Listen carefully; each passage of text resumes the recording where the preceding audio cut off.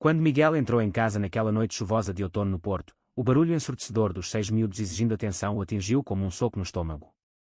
Ele havia passado a tarde em Lisboa com Lucas, sentindo pela primeira vez em anos o calor de um olhar que o via como homem e não como máquina de resolver problemas familiares, e agora, com o coração ainda acelerado, ele se perguntava quanto tempo mais conseguiria manter o segredo que o consumia por dentro.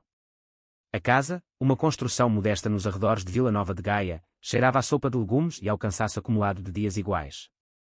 Sua mãe, Dona Celeste, uma senhora de 68 anos com cabelos brancos presos em coque, estava sentada na poltrona velha reclamando da dor nas pernas. Miguel, finalmente. Os miúdos estão insuportáveis hoje. A Sofia caiu na escola e o Rui Júnior quebrou o vaso da sala. Onde estavas tu? Perguntou ela com o tom acusador de sempre.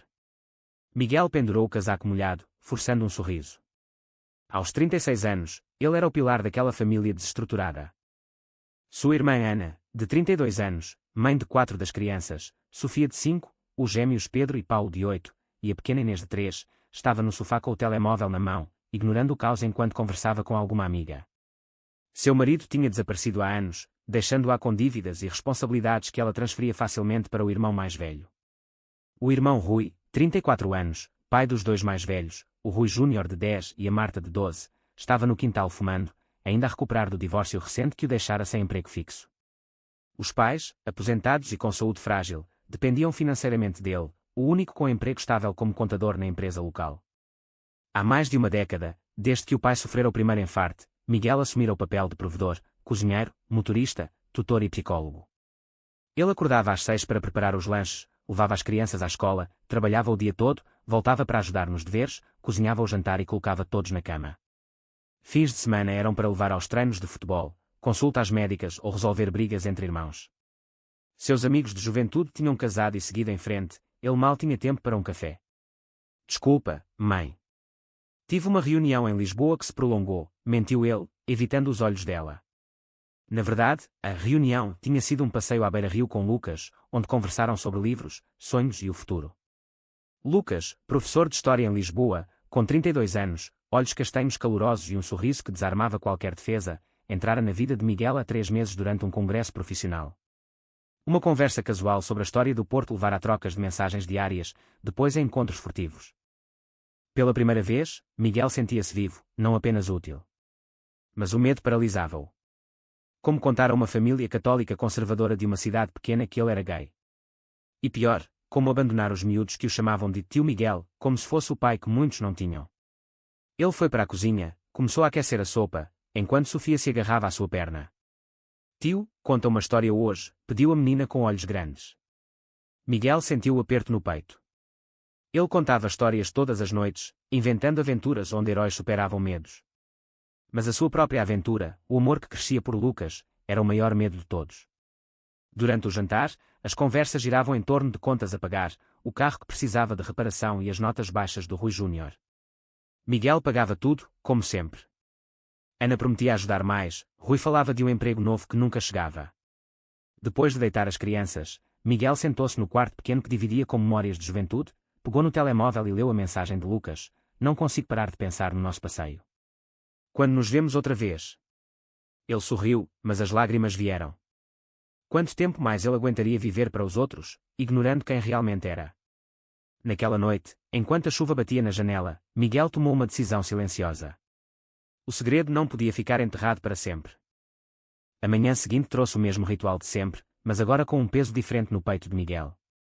Ele preparou o pequeno almoço para os 6, papas de aveia para os mais pequenos, torradas com queijo para os maiores, ouviu as queixas da mãe sobre o frio, viu Ana sair para o trabalho sem sequer ajudar a arrumar a mesa. Os miúdos correram para o autocarro escolar e ele ficou sozinho com o silêncio da casa, o laptop aberto para mais um dia de números e relatórios.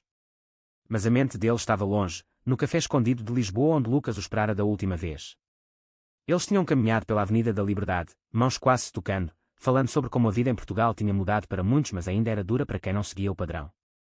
Lucas contara a sua própria história, saíra do armário aos 20 anos, enfrentara o pai durante meses, mas encontrara apoio em amigos e no trabalho. Tu não estás sozinho, Miguel.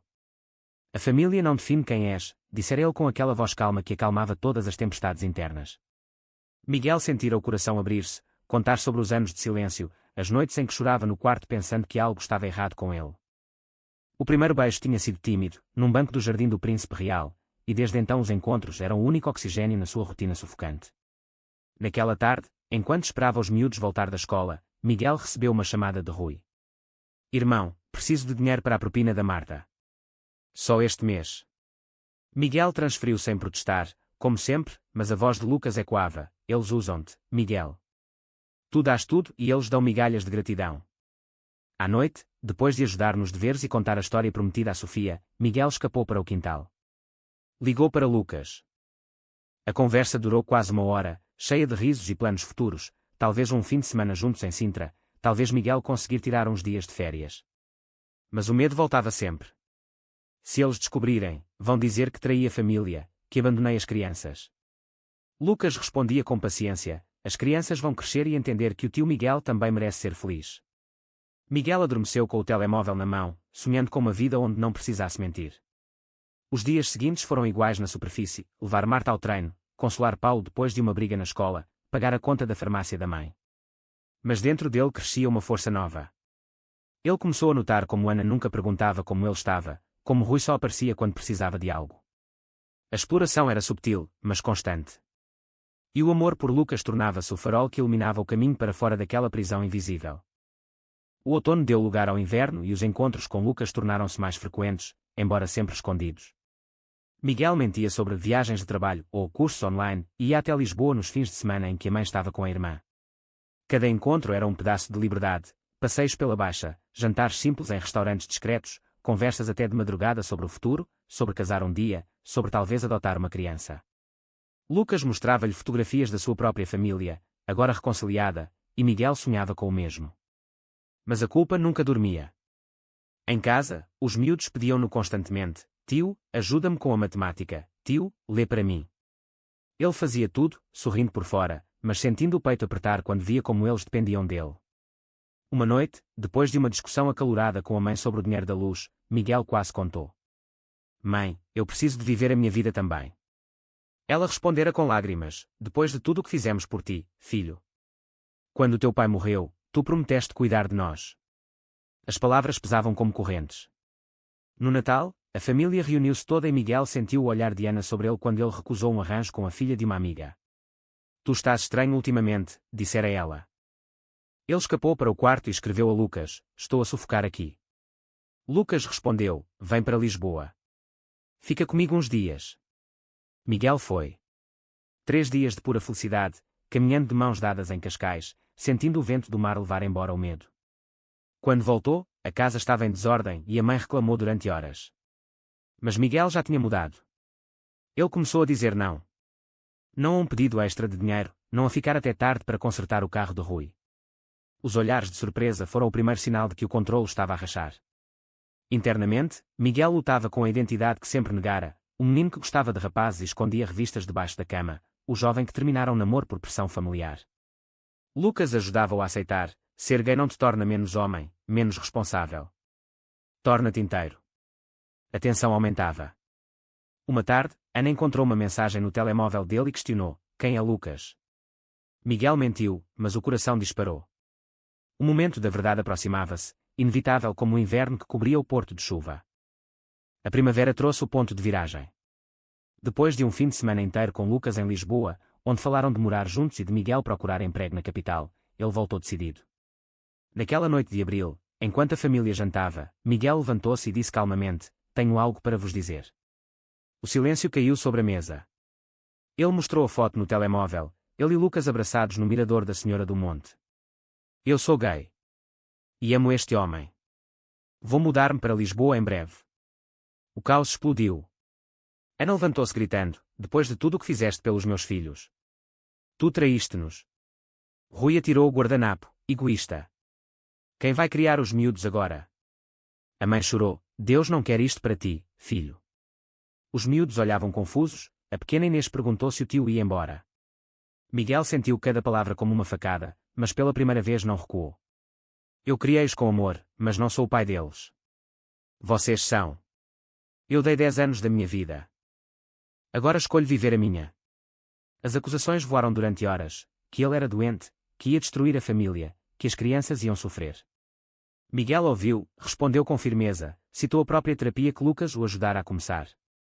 Quando saiu da sala, o coração batia forte mas livre. No dia seguinte, as mensagens não paravam, ameaças de cortar relações, pedidos de desculpa misturados com manipulação. Mas Miguel já tinha alugado um quarto pequeno em Lisboa.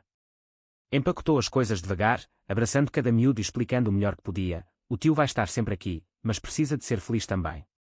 A despedida foi dura, lágrimas de todos, mas ele partiu com a mala e a certeza de que o controle da família sobre ele tinha acabado. A vida em Lisboa foi como respirar depois de anos submerso. Miguel encontrou emprego numa empresa de contabilidade no Chiado, um apartamento pequeno mas só seu perto do Tejo, e Lucas esperava-o todas as noites com jantares simples e conversas profundas. O amor deles crescia em liberdade, fins de semana em Sintra, passeios de bicicleta no Parque das Nações, planos de futuro. Miguel sentia-se renascer. A culpa ainda aparecia às vezes, quando recebia chamadas da mãe ou fotos dos miúdos. Ele visitava Braga uma vez por mês, levava presentes, ajudava nos deveres à distância. Ana e Rui começaram a reorganizar-se. Ana contratou uma babysitter, Rui encontrou emprego e passava mais tempo com os filhos. A mãe, depois de meses de silêncio, começou a aceitar aos poucos: se tu és feliz, talvez Deus entenda. Os miúdos adaptaram-se, chamando Lucas de tio Lucas nas visitas. Miguel aprendeu a definir limites: não posso pagar aquela conta extra este mês. Vocês têm de gerir. A família resistia, mas respeitava. Internamente, Miguel crescia, lia livros sobre identidade, ia a grupos de apoio, falava abertamente com Lucas sobre os anos perdidos. Um dia, num passeio pelo mosteiro dos Jerónimos, Lucas disse: tu salvaste-te a ti mesmo. Miguel chorou de alívio. Os conflitos não acabaram, uma discussão forte com Rui sobre dinheiro quase rompeu laços, mas Miguel manteve-se firme. A sua jornada de crescimento era clara: serve silencioso ao homem completo, capaz de amar e ser amado sem culpa. Meses depois, na varanda do apartamento com vista para o rio, Miguel observava Lucas a brincar com os miúdos que tinham vindo passar o fim de semana. Sofia ria alto, Rui Júnior mostrava o desenho que fizera na escola. A família ainda lutava com a nova realidade, Ana telefonava menos, a mãe ainda rezava mais do que falava, mas as visitas eram mais leves, cheias de abraços genuínos. Miguel tinha aprendido a equilibrar, dar amor sem se perder. Lucas abraçou por trás: olha o que construímos. Miguel sorriu, sentindo a paz que tanto procurara. A exploração acabara, o controle da família evaporara no momento em que ele escolhera a verdade. Os miúdos cresciam saudáveis, os irmãos aprendiam a ser pais, e ele, finalmente, vivia. Era egoísmo escolher o amor próprio quando a família dependia dele há tanto tempo. Verdadeiro ou falso?